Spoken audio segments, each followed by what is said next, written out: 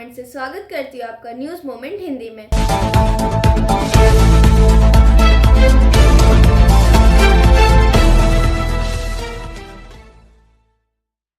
आज की खबरों की सुर्खियां कुछ इस प्रकार है। बांग्लादेश में हिंदुओं के ऊपर हो रहे अत्याचारों के खिलाफ आज बंगाली हिंदू जागरण संगठन की ओर से आसनसोल रेलवे स्टेशन और कोर्ट मोड़ तक चली एक विशाल विरोध रैली। विपक्ष ने जगदीश धनखड़ के खिलाफ अविश्वासी प्रस्ताव पेश किया। आसनसोल के रविंद्र भवन में हर्ष प्रशिक्षण शिविर का आयोजन किया गया। इसमें सैकड़ों श्रद्धालुओं ने भाग लिया। कपिल सिब्बल ने विवादित टिप्पणी को लेकर इलाहाबाद हाई कोर्ट के न्यायाधीश पश्चिम बंगाल में 2025 में बाबरी मस्जिद जैसी मॉडल मस्जिद बनेगी, कहा टीएमसी विधायक ने। हुमायूं कबीर के बयान पर विवाद भी छिड़ गया है। कबीर ने बंगाल में ही एक कार्यक्रम को संबोधित करते हुए कहा, पश्चिम बंगाल में 34% मुसलमान हैं। वे चाहते हैं कि गर्व से जिए और सिर ऊंचा करके रहें। ये उनका अधिकार है। मैं इसके लिए प्रस्ताव देता हूँ। इसका निर्माण 6 दिसंबर 2025 से शुरू किया जाएगा। 100 लोगों का एक ट्रस्ट बनाया जाएगा। पैसे की कोई दिक्कत नहीं होगी। यह मुर्शिदाबाद के बेलडांगा में स्थित होगा।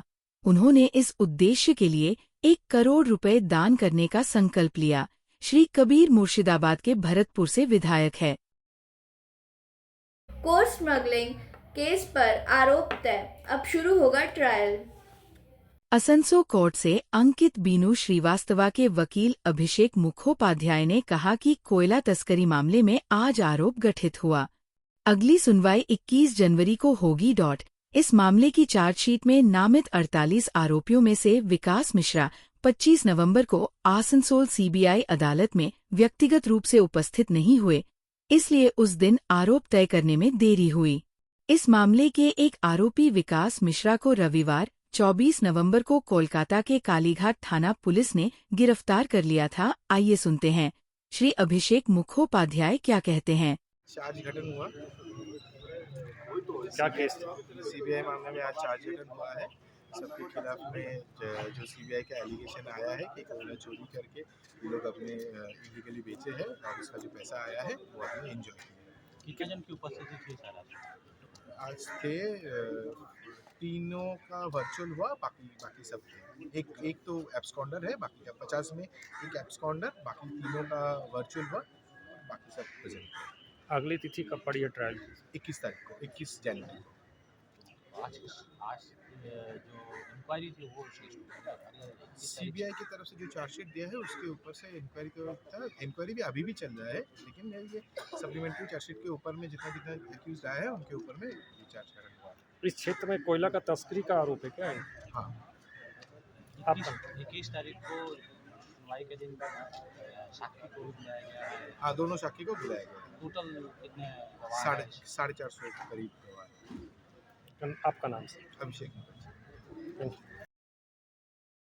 बांग्लादेश में हिंदुओं के ऊपर हो रहे अत्याचारों के खिलाफ आज बंगाली हिंदू जागरण संगठन की ओर से आसनसोल रेलवे स्टेशन और कोर्ट मोड़ तक चली एक विशाल विरोध रैली। रैली का नेतृत्व संगठन के नेताओं ने किया, जिन्होंने बांग्लादेश में हिंदू समुदाय पर हो रहे अत्याचारों की कड़ी निंदा की। प्रदर्शनकारियों ने एक भी हिंदू कम नहीं का नारा लगाते हुए बैनर और पोस्टर के साथ अपना विरोध प्रकट किया। प्रदर्शन में वक्ताओं ने आरोप लगाया कि बांग्लादेश में मोहम्मद यास और अन्य कट्टरपंथी नेताओं के नेतृत्व में हिंदुओं पर अत्याचार बढ़ रहे हैं। उन्होंने भारत सरकार से अपील की कि बांग्लादेश में हिंदू समुदाय की रक्षा के लिए तुरंत कड़े कदम उठाए जाएं। रैली के आयोजकों ने कहा कि एक समय था जब पूर्वी बंगाल, जिसे आज बांग्लादेश कहा जाता है, में हिंदुओं की संख्या बहुत अधिक थी, लेकिन आज वह संख्या चिंताजनक रूप से घट गई है। उन्होंने ये भी कहा कि बांग्लादेश में हिंदू परंपरा और उनके योगदान को आज नकारा जा रहा है। वक्ताओं ने उन प्राचीन कवियों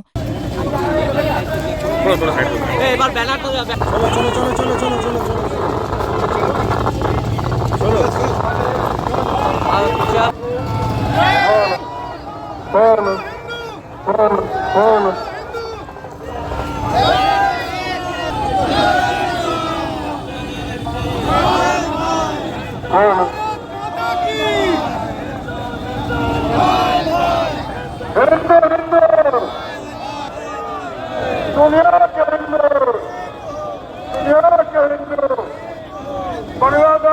बांग्लादेश में हिंदू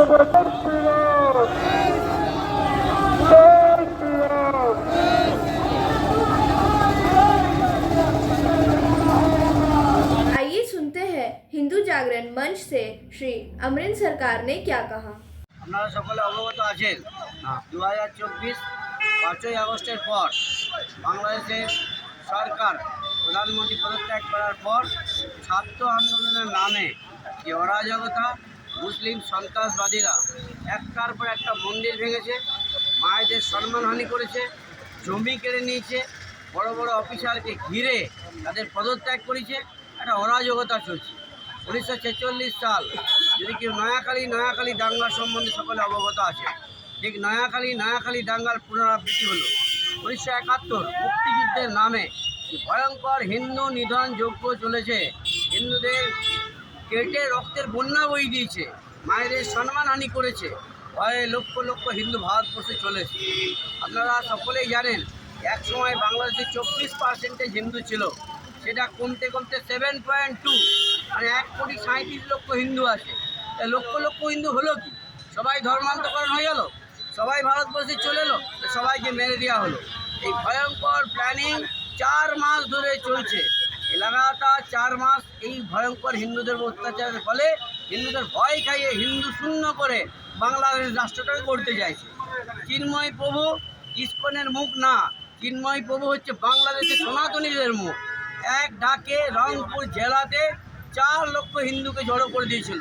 তাই হিন্দু শক্তিকে ভয় খাওয়ানোর জন্যে চিন্ময় প্রভুকে অন্যায়ভাবে অ্যারেস্ট করেছে, আর তাকে নিঃস্বার্থ মুক্তি দেওয়ার জন্যে আর বাংলাদেশে হিন্দুদের ঠিকভাবে রাখার জন্যে, সুস্থভাবে রাখার জন্যে আজকে আমাদের বিক্ষোভ সমাবেশ ছিল আসানসোল শিল্পাঞ্চলে।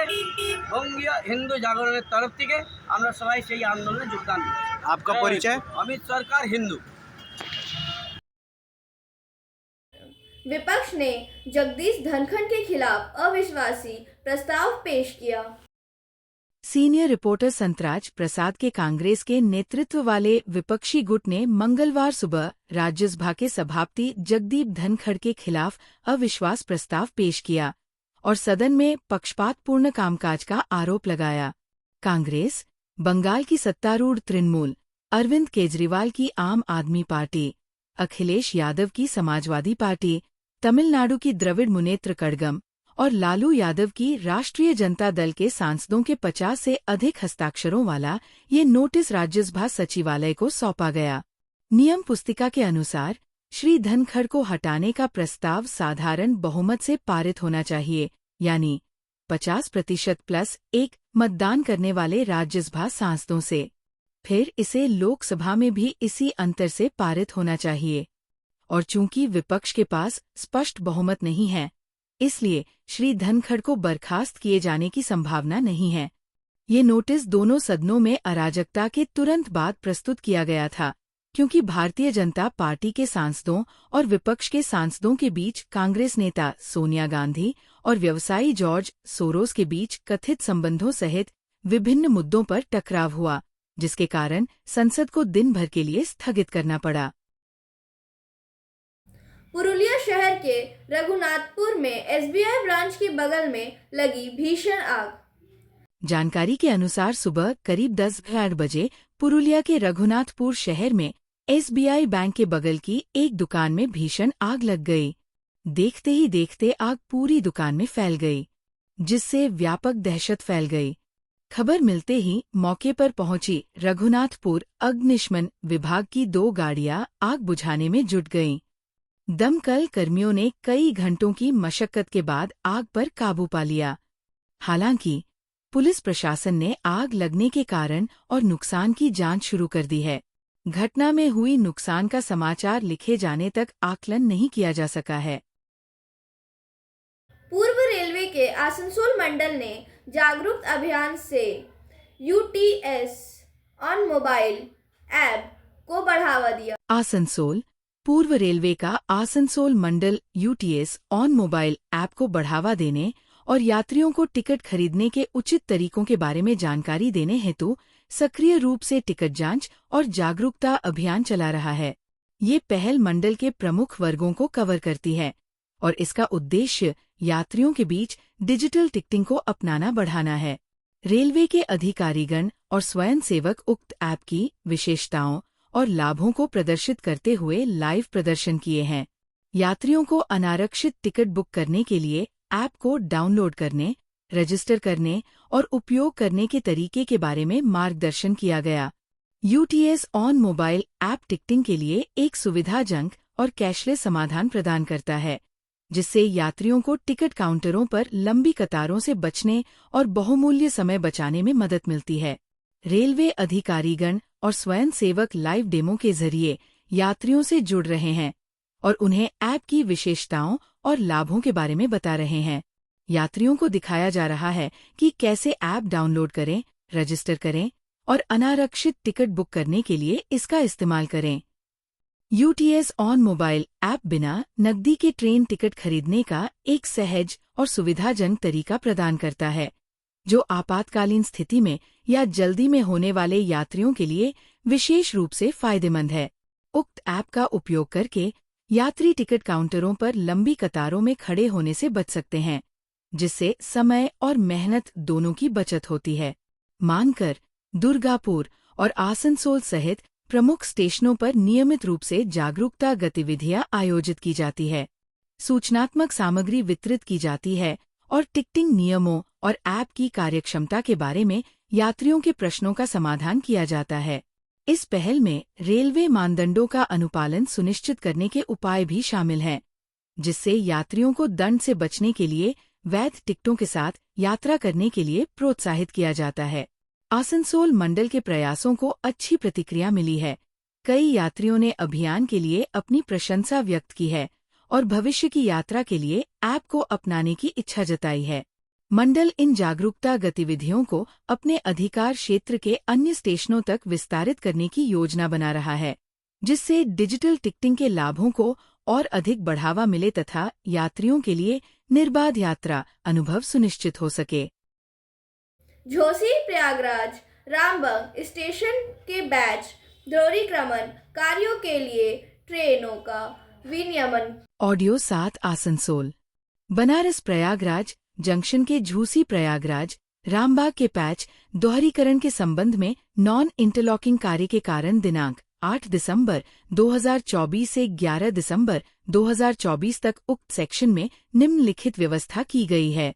संक्षिप्त समापन संक्षिप्त प्रारंभ 12333 हावड़ा प्रयागराज रामबाग एक्सप्रेस 7 दिसंबर 2024 से 11 दिसंबर 2024 तक की यात्रा बनारस स्टेशन पर ही संक्षिप्त रूप से समाप्त कर दी जाएगी और वापसी में 12,334 प्रयागराज रामबाग हावड़ा एक्सप्रेस 8 दिसंबर 2024 से 12 दिसंबर 2024 तक की यात्रा बनारस से ही संक्षिप्त रूप से शुरू होगी। इसके अलावा 12,333/1234 हावड़ा प्रयागराज रामबाग हावड़ा की परिचालन सेवा बनारस और प्रयागराज रामबाग के बीच रद्द रहेगी। दक्षिणपुर रेलवे के चक्रधरपुर मंडल पर ट्रेनों का विनियमन। Asansol 4 traffic restoration (TRT) block के कारण दक्षिण पूर्व रेलवे पर चक्रधरपुर मंडल के Kandra junction Chandil junction section up और डाउन लाइन के संबंध में 8 दिसंबर 2024 रविवार और 12 दिसंबर 2024 गुरुवार के बीच 4 दिनों का कार्य होगा। परिणाम स्वरूप ट्रेन परिचालन में निम्नलिखित व्यवस्था की गई है। रद्दकरण दिनांक 11 दिसंबर 2024 को 1817308174 आसनसोल टाटांग आसनसोल एक्सप्रेस की यात्रा रद्द रहेगी। संक्षिप्त समापन संक्षिप्त प्रारंभ 0817308174 आसनसोल टाटांगर आसनसोल मेमू पैसेंजर को पुरुलिया में ही संक्षिप्त रूप से समाप्त कर दिया जाएगा और वापसी में दिनांक 12 दिसंबर 2024 को होने वाली यात्रा पुरुलिया से ही शुरू होगी। 0817308174 की सेवा पुरुलिया टाटांगर पुरुलिया के बीच रद्द रहेगी। आसनसोल के रविंद्र भवन में हर्ष प्रशिक्षण शिविर का आयोजन किया गया। इसमें सैकड़ों श्रद्धालुओं ने भाग लिया। हज के विभिन्न पहलुओं पर यहाँ चर्चा की गई है। आइए सुनते हैं श्री सैयद अफरोज इस बारे में क्या कहते हैं। आज 2025 में पश्चिम बर्धमान जिला से जो भी लोग हज करने के लिए जा रहे हैं उनके लिए यहाँ पे रविंद्र भवन में ट्रेनिंग का प्रोग्राम है। ये हर साल की तरह इस साल भी हो रहा है और ये कंपलसरी है, मैंडेटरी है।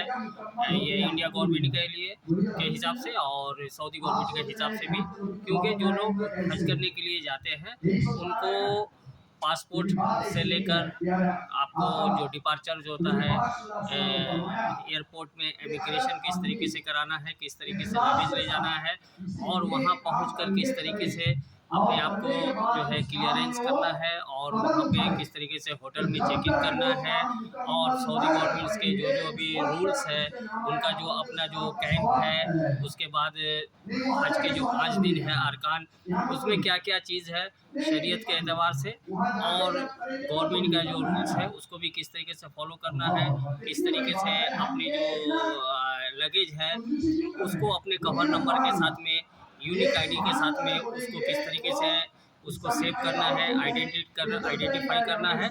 ये सब सारी चीज़ों को यहाँ पे ट्रेनिंग दी जाती है। तो हम लोग 2011 से कंटिन्यू इस प्रोग्राम का हम लोग इनेकाद कर रहे हैं और ये प्रोग्राम अभी भी कंटिन्यू है। तो मैं सैयद मोहम्मद अफरोज वेस्ट बंगाल स्टेट हज कमेटी का साबिक मेंबर भी हूँ और अभी जिला का हज कोऑर्डिनेटर हूँ। Thank you so much. Kapil Sibal ने विवादित टिप्पणी को लेकर इलाहाबाद हाई कोर्ट के न्यायाधीश कपिल सिब्बल ने कहा कि जज का ऐसा बयान विभाजन पैदा करता है। यहाँ तक कि संविधान की रक्षा की शपथ लेने वाला भी ऐसा बयान नहीं दे सकता। इस प्रकार के न्यायाधीश की नियुक्ति संदिग्ध है। वह ऐसा बयान देने की हिम्मत कैसे करता है।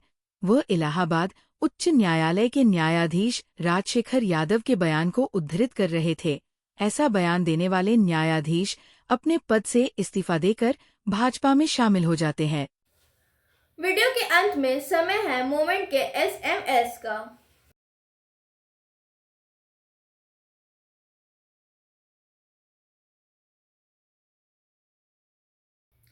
उम्मीद है आपको आज का हमारा वीडियो पसंद आया हो। अगर आपको हमारा वीडियो पसंद आया तो कृपया इसे लाइक करें, शेयर करें और सब्सक्राइब करें हमारे चैनल को और बेल आइकन दबाना ना भूलें। धन्यवाद।